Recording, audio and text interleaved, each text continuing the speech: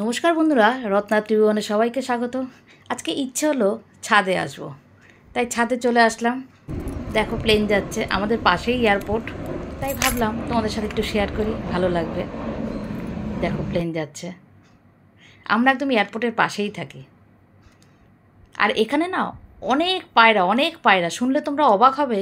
এখানে কিন্তু কাক দেখা যায় না, জানো? অবাক কাণ্ড, এখানে কাক নেই, পায়রা আছে, প্রচুর পায়রা আছে। সব বাড়ির কার্নিশে পায়রা থাকে, ছাদের কোটরে পায়রা থাকে। দেখো সূর্যটা অস্ত যাওয়ার সময় হয়ে এসছে, এখন বাজে বিকেল 5:30। এখন থেকেই আমি আমার ব্লগটা শুরু করলাম।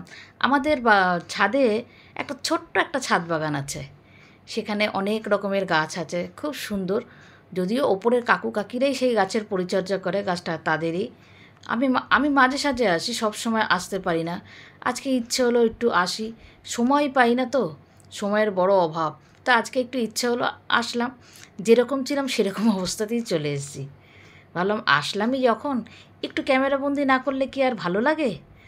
তাই ক্যামেরাটাও অন করে দিলাম। দেখো কত রকমের কত গাছ, খুব যত্ন করে কাকু কাকি দুজনেই। কাকু বেশি করে, রোজ সকালে জল দেওয়া, আবার সন্ধ্যের সময় জল দেওয়া।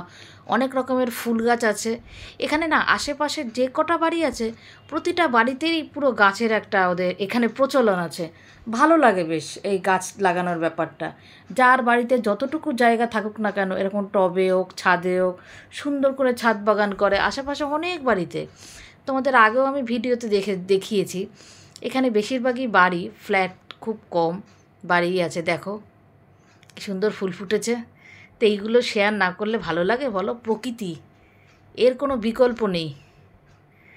আর এত সুন্দর লাগছে, সূর্যটা অস্ত যাচ্ছে, কখনো কখনো মেঘ এসে ঢাকছে, আবার কখনো কখনো মেঘ সরে যাচ্ছে। দেখো ডাব গাছ, নারকেল গাছ, ওই ওই নারকেল গাছ আর ডাব গাছ তো একই।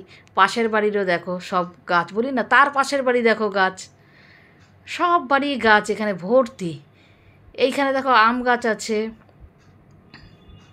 আমার যেন আকাশ থেকেই চোখটা সরছে না।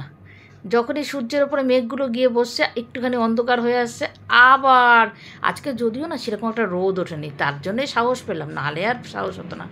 এখানে দেখো চাল কুমড়ো গাছ, চাল কুমড়ো গাছ আমিও একটা লাগিয়েছি আমার টবে, সেরকম একটা হয়নি। টবের মধ্যে লাগালে কি হয়, সেরকম মাটির রস পায়? ছোট্ট একটা টবে, তাও ভালো মতন রোদ পড়ে না, জানি না কতদিন থাকবে। দেখো এদিকটাও গাছ আছে ছোট ছোট।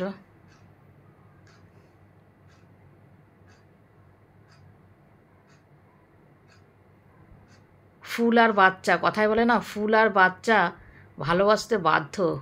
যারা ভালোবাসে না তারা মানুষের পর্যায়ে পড়ে না, তাই না? ভুল বললে কমেন্ট বক্সে জানিও, আর ভালো লাগলেও কমেন্ট বক্সে জানিও। আমার তো ভীষণ ভালো লাগে, কিন্তু আমার দেখো যতটুকু জায়গা আছে ততটুকু জায়গার মধ্যে কিন্তু আমি লাগাতে পারি, কিন্তু ওখানে রোদ পড়ে না গো। তা ভেবেছি, আমি জানি না পূরণ হবে কি না, একটু ইনডোর প্ল্যান্ট লাগাবো। দেখি আস্তে আস্তে করে সময় সুযোগ করি। তারপর আবার হবে কি, এমনি সময় পাই না, আবার তো গাছের পেছনেও তো সময়। কিন্তু যদিও সময় লাগলেও, দেখো এটা আমাদের পাশের বাড়ি, মানে আমার সামনের বাড়ির ছাদের ইটা দেখাচ্ছি। দেখো ভালোবাসলে না তখন সময় দেখবে অটোমেটিক বেরিয়ে যায়। মেয়েকে বলেছিও, ডোনা কটা আমাদের ইনডোর প্ল্যান্টের করিস না অনলাইনে। দেখি যদি গিয়ে আনতে পারি তো ভালো, না রে অনলাইনে অর্ডার করবো, অনলাইনেও দিয়ে যায়। দেখি তো সবাই অনলাইনে নেয় গাছ। দেখো আকাশটা কি অসাধারণ লাগছে।